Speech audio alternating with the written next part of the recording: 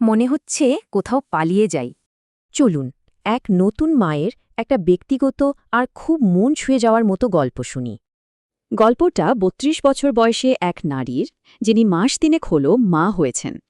Postpartum depression এড়ানোর জন্য তিনি মায়ের পরামর্শে বাপের বাড়ি চলে যান, শ্বশুর বাড়ি থেকে প্রায় ৪০০ কিলোমিটার দূরে। জায়গাটা হওয়ার কথা ছিল একটা নিরাপদ আশ্রয়, কিন্তু তার পরিস্থিতি একদম উল্টো দিকে মোড় নিল। বাপের বাড়ি পৌঁছেই তিনি টের পেলেন তার মা যেন তাকে সহ্যই করতে পারছেন না। শুরু হলো একের পর এক সমালোচনা, তার কাজ, কথা, এমনকি তার ব্যক্তিত্ব নিয়েও।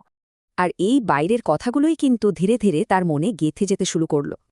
মায়ের বলা কথাগুলো রোজ তার বুকে গিয়ে বিঁধেতে লাগল। একসময় তার নিজেরই মনে হতে শুরু করল যে তিনি হয়তো কোনো কাজেরই না। আর এর প্রতিবাদ করলে পরিস্থিতি আরও খারাপ হয়ে যেত। মনে রাখতে হবে, শ্বশুরবাড়ি কিন্তু ৪০০ কিলোমিটার দূরে। একটা দুধের শিশুকে নিয়ে এত লম্বা রাস্তা একা ফেরা কি সম্ভব? মানে একদিকে তিনি থাকতেও পারছেন না, আবার চলেও যেতে পারছেন না। এই রকম একটা অসহায় অবস্থায় তিনি বাঁচার শুধু একটাই রাস্তা খুঁজে পেয়েছিলেন। তার একমাত্র সম্বল ছিল একলা ঘরে নিজের বাচ্চাকে জড়িয়ে ধরে একটুখানি কান্না। এই একটা গল্প আমাদের ভাবায় নীরবে আরও কত নতুন মা এমনটা অনুভব করেন।